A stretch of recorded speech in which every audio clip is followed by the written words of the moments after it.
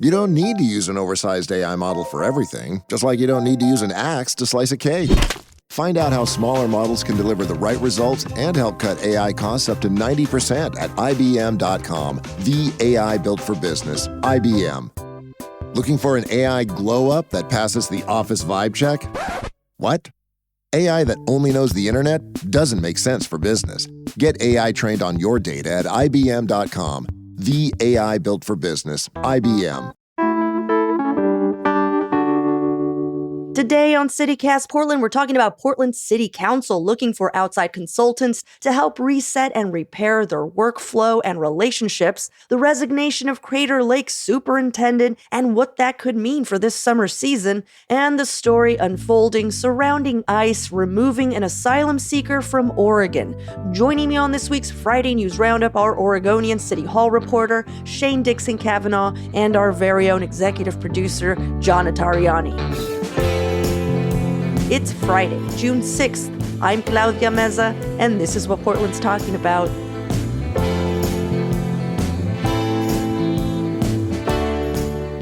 Welcome, everyone, to the Friday News Roundup. Shane, John, thank you for hanging out with me this morning. Hello, good morning. I'm so stoked to be back on this show, guys. Thanks for having me. Oh my gosh, every time you're here, we're stoked. Seriously. For those of you new to the show, today's the day we break down some of the biggest local stories of the week with some of the best and brightest journalists in town, like Shane here and John. But before we jump into the news, I usually ask an opening question so our listeners can get to know our guests a little better. And today's opening question is related to Tuesday's episode, where Portland comedian Jay Fluellen joined us to discuss what lives up to the Portland hype. And he gathered tape from local comedians. I love that you're like, like you did not cut that show, John. Like you're like, oh. Beautifully produced, I must say. Anyhow, we had him on. He gathered tape from local comedians. We had newsletter readers write in, and we all discussed, how shitty drivers are in our city, how delicious our drinking water is, our perfect airport, nice people, and many other things that truly do live to the Portland hype. So my question to the both of you is just that. What do you think lives up to the Portland hype? If you need a moment, I have another newsletter reader submission, which I want to share with you now. Miguel wrote, "The amount of vegan options in the city is through the roof. As someone with egg allergies, the vegan donuts at Voodoo have been some of the best I've had." Thanks for writing in, Miguel. And that might be the nicest thing I've ever heard anyone say about Voodoo Donuts in my life. I'm laughing because that was actually going to be my pick, was vegan options. Oh. Because I've got some house guests in town, and they just went out to Dirty Lettuce last night, and they were just like, oh my God, that was so good. So you stole mine, so I'll let Shane go first while I regroup. Miguel stole yours. I'm sorry, Miguel, I just threw you there. On first blush, I was thinking about going a little light and irreverent and doubling down on our sensational strip clubs or just our proliferation of tattoo parlors, since everybody in Portland is tattooed, most of them heavily so. But I'll be a little more genuine for a moment, I think, and say two other areas that really live up to the hype for me in Portland is we actually have just amazing, vibrant neighborhoods. Look, we are continuing to get pilloried locally and in the national media about our beleaguered downtown. But I'm just reminded on a weekly, if not daily basis, that our local neighborhoods, those commercial corridors are just vibrant, bursting with life, and they're just a lot of fun. And it's one of the many, many reasons why I love living here. Preach, Shane. And now Shane's earnestness has once again distracted me from coming up with a fresh take. So I'm just going to go with the change of seasons, man. Like, I have had such a joyful couple months sort of watching the city blossom this spring. As a lot of listeners know, I moved into a new house, so I've got to see this new yard sort of come alive from where it was in February to where it is today. And just sort of like watching the growth of vegetation has given me a lot of joy this year. So that's going to be my pick, is just like all the natural stuff that we've got all around us. Yeah. Thank you both for your answers, you guys. On to the news of the week. Shane, your story is a little spicy. It's a little spicy. Picante. Yeah. Maybe. Okay, it's like low picante. It's like paste picante, maybe old El Paso. It's white person spice, yeah. New York City. Sorry. You might be too young for that, John. Like a year apart. Yeah, we're the same age. So yeah, let me jump right into it. So this week, I had the pleasure and the privilege of reporting on the following, and it's this. So basically, we're 5 months into this brave new world at Portland City Hall with an expanded 12-member city council. And it looks like already this new legislative body of ours locally is looking to outside help to sort of make itself over again and reinvent itself, or just find a way to make things work a little better, very early on into this experiment with our new form of government. So I found out that on Monday, the city's procurement services division opened up bids for consultants to, and I'm reading this verbatim from the request for proposal, develop a government reset plan for the city council, and centering this work around 3 central questions. These questions are: how does council build trust as a body? What is the role of council? And how do councilors work together optimally? And how does council fix what could be getting in the way of councilors working together optimally? So I'm just going to say I've been at City Hall a lot the last 6 months, spending hours upon hours upon hours as this new body blossoms and comes into being, figures out what it's trying to do and what it wants to do, while having to also tackle and confront a host of challenges that continue to impact Portland, working through a very tough budget environment. And I will say that, councilors have wrestled mightily with those fundamental questions that are listed in this request for proposal since they've assumed office in January. And, they've had to do a lot of work besides just the people's business and policymaking. I mean, they've had to figure out their own rules and procedural issues. They've had to stand up a committee structure, and they've had to tackle a bunch of other sort of thorny governance issues. They're the first child. Yes, correct. They're the first child. I feel like I have nothing but sympathy for them. They are guinea pigs. This is a new form of government. They're going to basically tell us where all the leaks are. Yeah, correct. And it hasn't, always gone particularly smooth. There's been a lot of feelings. There's been a lot of questions. There's been a lot of focus, hours upon hours, around just process-related issues. So they're looking to potentially bring in an outside consultant to sort of help work through a lot of those sort of procedural issues and to stand up the body for success. But it also raises, I think, perhaps some questions about how things are going early on with this new city council. And of course, there's always the question around contracts with outside consultants and what those might look like. So that's what I've got. Curious to hear your thoughts on all of this. I'm just like, let the trust falls begin. John, go ahead. I feel like a year ago, or maybe 18 months ago, before any of this implementation of the new government started, I was very skeptical, and I was expecting a lot of conflict and a lot of problems as it sort of went into effect. And I've got to say, I'm somewhat pleasantly surprised at how smoothly this has gone to this point, because it has been such a major shift. Claudia's eyes are wide open hearing me say that. You don't understand, Shay. John was such a naysayer of the new. I was a booster. I had T-shirts made.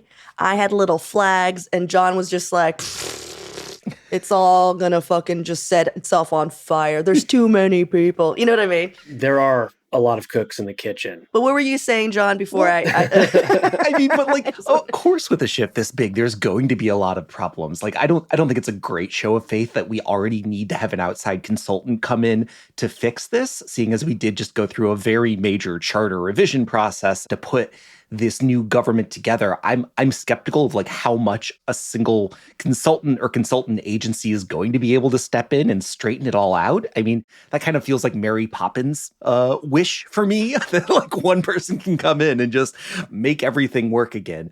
But like, of course, there's going to be growing pains in this course. And I'm kind of glad to hear that they're really raising the issue now instead of just living with it and letting it continue to sort of devolve. Exactly. That's exactly my thought. Yeah. I'm just excited that they're like nipping it in the bud now and looking for solutions. But two things for me. One, they should go to Jacqueline and order a seafood tower. I feel like that's what we do as a team to feel more connected. And Shane, it totally works. It's like all of the issues and the like, whatever, you're just holding a shrimp and you're like, you know what? You're okay. I do also want to point out that the last time this happened, it was in your article, Shane, so it's not like I'm a genius that Googled this on their own. In 2015, our local government also paid a consultant $7,500 to facilitate a day-long team-building meeting for the commissioners, and I'm assuming the mayor? I don't know. I didn't read that hard. Yeah. Okay, great. Thank you. And who else was part of city council in 2015? Steve Novick, Portland commissioner in 2015. Are we sure the problem isn't just Steve Novick? Steve, if you're listening, I'm just kidding. But is it?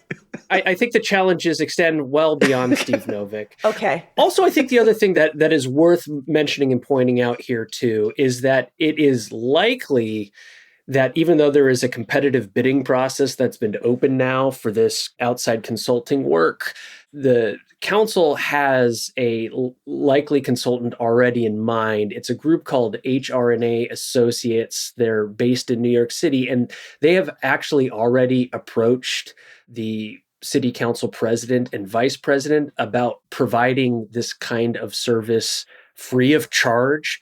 So likely it's not going to be some crazy six-figure contract for this consulting work. There is this group that receives philanthropic and foundation funding to help cities navigate some of these governance challenges. Mm-hmm. So I think that's worth sort of pointing out. And a lot of this conversation began to emerge about a month ago when Vice Council President Tiffany Koyama Lane organized a 2-hour work session with this group, HRNA Associates, to begin sort of talking about this. But I will tell you, I sat through that meeting as well. It was 2 hours, and it really, in some ways, just sort of felt like 2 hours of council members passing around a talking stick and sharing their feelings. So, Well, Claudia, with your point about the Jacqueline Seafood Tower, I want to take it back to some reporting that, Shane, you did in February, the early days of the new government, when, quite notably, Keith Wilson took a number of Portland City Council members to dinner at the Olive Garden near Mall 205 in East Portland. I have a theory about that. You reported on this, Shane, yeah. And I think that might actually be the moment where we got off on the wrong foot of starting with a dinner at the Olive Garden. No. Respectfully disagree, John, but go on. Well, this is my theory. So a lot of the local food scene, was just like, why would you go there and not to literally any local restaurant? But I do think that Keith had a lot of gift certificates. That's what I think happened. Keith just seems like such a frugal and like down-to-earth guy. And I think he was just like, I have $200. When am I going to use this? I think that's what happened. May I share just a quick anecdote with both of you that the mayor has subsequently shared with me after that article came out? Mayor Wilson told me sometime relatively recently that the thing that he's been criticized more for than anything else since he became mayor was having a power dinner at Olive Garden. I mean, that's all we're going to say. John, that's all we're going to say. We're going to go, I'd attend an Olive Garden dinner. Because I'm not anti-Olive Garden. No one here is anti-Olive Garden. I'm very pro-Olive Garden. On a more serious note, though, all of this is happening at a time when we are looking at the council really sort of in crunch time trying to get a budget together, right? And on Wednesday night, there was a budget committee work session, and you could see some of these tensions playing out in that meeting, of disagreements of like different ways that this process was supposed to go, of frustrations of the division between power of the council and the mayor, and like the sort of vagueness of that. So like throughout this entire process, as they rush to put together a budget that is, we're going to have a first reading of it by next week. I think it's not just like a intellectual exercise of like, gosh, these procedures are cumbersome. It really is colliding with like serious policy questions right now. Absolutely. Mm-hmm. Well, we're going to take a quick break here. But before we do, Shane, what is your favorite pasta from the Olive Garden? Oh, fettuccine Alfredo. Okay, No questions. Great. I know a lot of city councilors listen to our show, and I just want to just put it out there. Thank you for your service. We really need you all to get along. More headlines coming. Sit tight.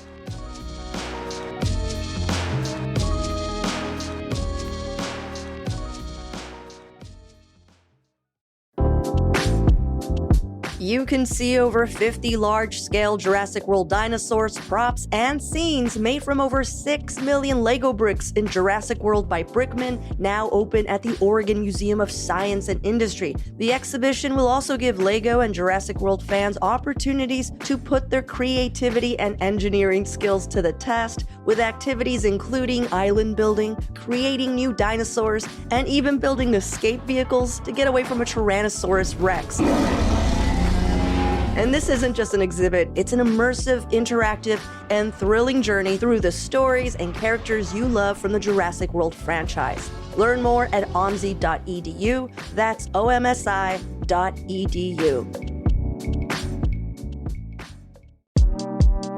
There are some big home games coming up this month for the Portland Timbers right here at Providence Park, like their Pride Night on June 8th when they're playing against St. Louis. They have a few surprises planned for the night, including a live drag show. And when you purchase a ticket for June 8th's Pride Night, it will come with a really super sweet limited edition scarf. I've seen them, and they're really well designed. On June 13th, you can cheer the Timbers on as they play against the San Jose Quakes at their Spirit of 75 night. That's when they'll be honoring the inaugural North American Soccer League Timbers team that started playing in 1975. The evening will feature a halftime recognition ceremony honoring players from that very team, and you can be there to experience it all. Go grab your tickets now at timbers.com. That's timbers.com.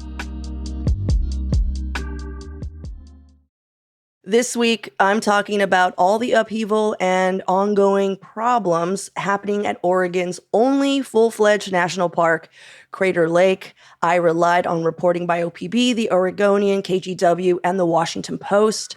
And before people start writing in, Oregon does have 5 other national preserves and sites, but Crater Lake is considered our only real deal national park, so don't get mad at me. Them's are the facts. Anyhow, earlier this week, Crater Lake Superintendent Kevin Heatley made national news by very publicly resigning in protest. He cited a few reasons, and all of them led back to Trump's administration's deep cuts to our national parks. Heatley had only been in his role for about 5 months before deciding, no, there's just no way I'm going to be able to run with the staffing and the funding shortages. It's not going to happen. And before I get into those details, just a reminder that he was expected to run one of our state's biggest summer attractions with facility staff already working 60-plus hour weeks. Plus, this was expected to be the busiest summer season Crater Lake has seen in years, because this is the last season people will have to actually get to swim in the lake until 2029. The only path leading to the lake is closing for construction next year, so they're expecting droves and droves of visitors hoping to get like that one last dip in. But here's the thing. Crater Lake's staff had been complaining about crumbling infrastructure around the park for years. As the Oregonian reported last year, the National Park Services Division hired Aramark in 2018 to operate park concessions and amenities, and they pretty much tanked the place. Workers were reporting terrible living quarters with leaks in bathrooms seeping into other parts of their rooms, which, ew. I actually visited the year right after Aramark took over, which is why I'm wearing this shirt. Little Crater Lake shirt. Listener Claudia is indeed wearing a Crater Lake shirt. I'm repping. Anyhow, we stayed at the Crater Lake Lodge, which is supposed to be the fanciest accommodations. And my partner and I remarked how barren everything felt. We still had a great time because we always do. But we did feel like they were charging like way too much for what they were delivering. And that was like the year after Aramark's transition. And it still felt like they were figuring things out. But we were also super confused why the federal government would go with Aramark, which is notoriously a terrible company. They used to do the concessions at my school, and we fired them because they were awful. But I bring this all up to highlight that what Kevin Heatley walked into 5 months ago. As his funding kept getting slashed, job offers for positions that desperately needed to get filled kept getting rescinded. The permanent staff who knew the park best let go, and his temp workers were fewer in numbers than he expected and massively delayed. He was quoted by KGW as saying, "I did not want to be empowering the current administration to cause that kind of impact on the people that I'm responsible for, and I also did not want to participate in the dismantlement, effectively a dismantlement of the National Park Service." Before I go further, what do you guys think? What really strikes me about this latest development is it's just the continuation of Crater Lake National Park, which is a scenic and natural wonder of the United States that's, right here in our state. It has struggled in recent years mightily and is continuing to do so. And I mean, this just does not bode well for the park itself. At a time when Crater Lake had already been struggling with lower visitor counts in recent years. Claudia, you mentioned this whole debacle with Aramark and concessions there. And, what Heatley is suggesting and is alleging is that there is an effort right now by the federal government to actively dismantle our National Park Service. And, the fact that he's leaving publicly and loudly and sounding an alarm bell, it should be quite concerning to anyone who cares about our national parks and about Crater Lake. He was on OPB's Think Out Loud the other day, and he went deeper on some of these things. Claudia, you mentioned his quote, the challenge that this is for the workers. On the show, he went a lot further, and this is a direct quote. "Quite frankly, just the stress itself will end up getting people killed because it has psychological and physiological impacts." He's saying that the workers are under so much strain that it could kill them. Well, it makes sense if you think about it. You work in a dangerous location, you're not getting enough sleep. Also, when people work at these locations, this is their life's work. This is why they work there, because this is what they want to do. And to also see something you love so much just get destroyed before you, I'm sure is just psychologically damaging, know? Yeah. What's sad is that, as you guys have pointed out, this isn't just happening at Crater Lake. This is happening all over, all national parks. The busy season is coming and no one has the staffing or the funding levels to keep up with demand. The concern from people who are managing these sites isn't just the immediate struggle. The thing that they keep saying, and that's starting to resonate more and more, is that they're looking at the long-term effects of what this disinvestment in our national park infrastructure is going to mean in 10 years, 20 years. Because as most people know, if it's easier and less expensive to keep up with maintenance than to fix something that's rotted or broken. Yeah. I also just want to point out that even if numbers have kind of lagged at Crater Lake in recent years, overall, within our National Park Service, the visitorship is at record highs. More and more people are flocking to our national parks every single year. So we have increasing levels of interest and demand around our national parks at a time when we're seeing, some pretty severe disinvestment in them. So, yeah. As for what's next for Crater Lake, just this Wednesday, both U.S. Senator Ron Wyden and U.S. Representative Maxine Dexter released statements criticizing the current administration over Heatley's resignation and demanding oversight. I'm personally not sure what that means for Crater Lake staff now and for visitors that will be coming, but at least the Democrats are writing strongly worded letters and tweets, so we're doing great. Strongly worded letters and tweets. That's the Democrat new crest motto here. Okay, let's take a quick break here, and when we come back, more headlines of the week.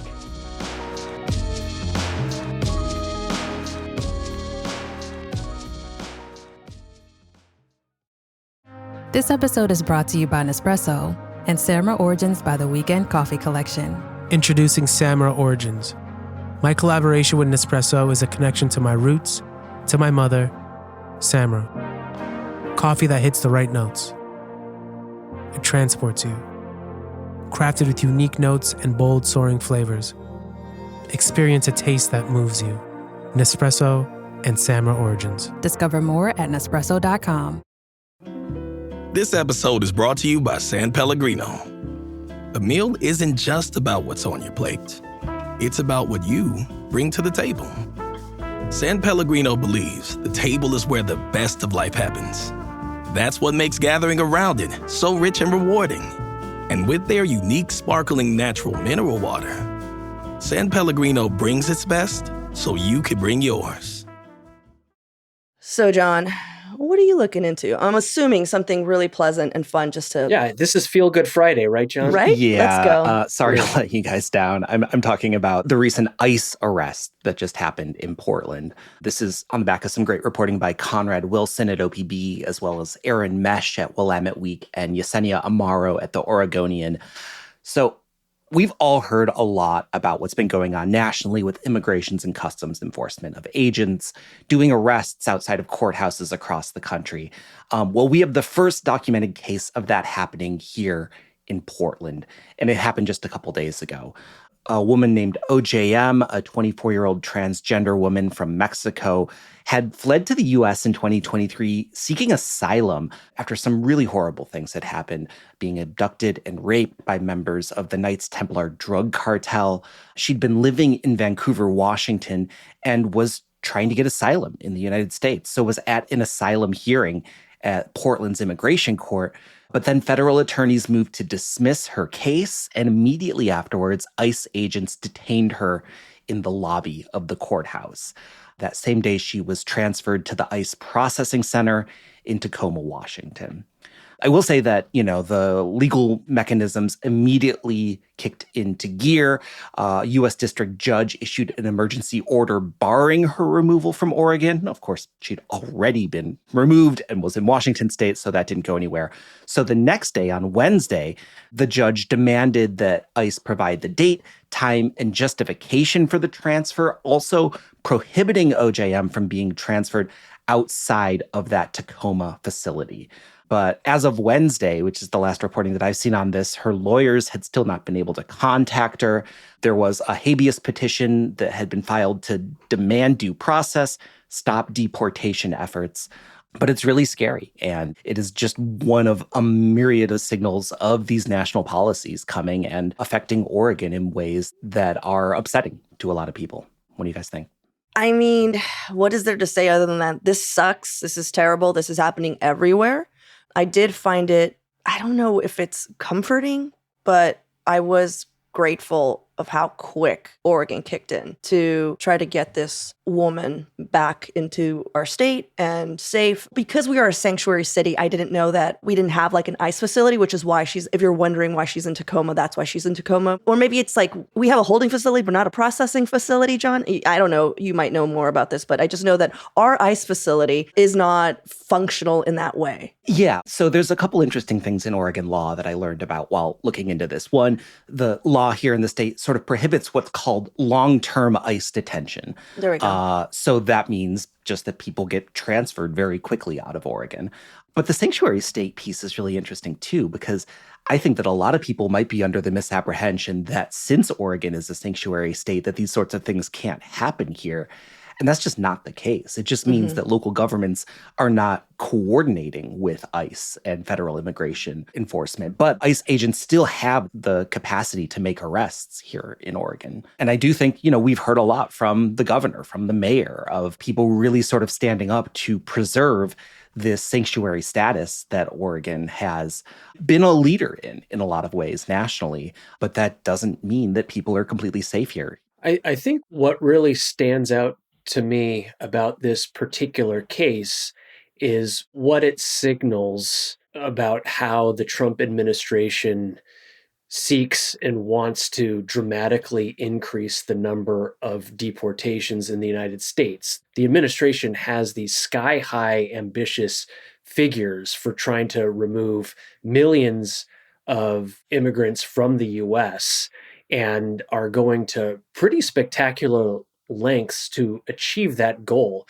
And what was sort of indicated here in this just single case is what we may begin to see in Oregon and other places moving forward, and a very coordinated effort, which is we have federal immigration lawyers moving to dismiss these cases because once you get the case dismissed, then ICE can come in and detain that person, even if they're, in this case, an asylum seeker. So this presumably is the first of many of these cases to come, or at least that's what seems to be suggested in the reporting that was done this week and what immigration attorneys in Oregon are telling our colleagues at the Oregonian and OPB and other outlets. I just know that if you have to hide your face to do your job, I think you're on the wrong side of history. And a lot of these ICE agents, it's like they're going in and you're just like, who are you? Mm-hmm. What are you doing here? And it's like, this doesn't feel very transparent. Yeah. I'm sure everybody's also seen all the other reports, like what happened in San Diego. I think what happened is at Minneapolis, where citizens are standing up to these agents. And that's also very dangerous. Like, this is feeling more and more like the fascist state that people keep bringing up that we're becoming. And I mean, this is straight up the Gestapo. Yeah. Like, there's no mincing words around it. Like, if you're hiding your face and you're supposedly a federal agent, that's not good. Yeah. Detaining asylum seekers. Yeah. Waiting for them outside of a court. Who are going through the process. They're showing up at their court dates. Yeah. They are legally appearing. They're following the rules. Mm-hmm. Yeah. And to add to your list of resistance, Claudia, also here in Portland, there is an ICE office in Southwest Portland. And on Wednesday, 3 protesters were detained because they were attempting to block a van that they believed was heading towards Tacoma. I'm sure both of you recall during the first Trump administration, just the groundswell of sort of opposition and protest in Portland around ICE. Really reached spectacular levels. Mm-hmm. I mean, if you recall Occupy ICE, we had sort of autonomous zones before they were cool in 2020. Yeah. Right outside of those headquarters down on Macadam. Yeah. Well, John, thank you so much for looking into this. This is really, really scary. I mean, there's nothing more to say other than that, like, I'm terrified of what's going to happen next. Yeah. This is kind of a bummer, so I want to end on a better note. We've got a couple of shout outs from our CityCast Portland neighbors. That is our membership. One of the perks is you get to throw in a shout out, and we're going to do it every Friday roundup. So Crystal T says to check out Making Groceries, a pay what you can Cajun cafe that's having a grand opening Friday, June 6th. Oh, that's today at 7137 Northeast Fremont with live music, drinks, and prizes. John, do you want to do the next one? Yeah, sure. Callie S says Process PDX in Markham Hill is the best techno club in the Pacific Northwest. We are so lucky to have a dedicated venue with such good vibes and curated artists. Claudia, I didn't know that there was a dedicated techno club in Portland. That sounds awesome. Yeah. And Ruth C. wants to shout out Every Child Oregon for providing love, care, and support for vulnerable children and families in Oregon.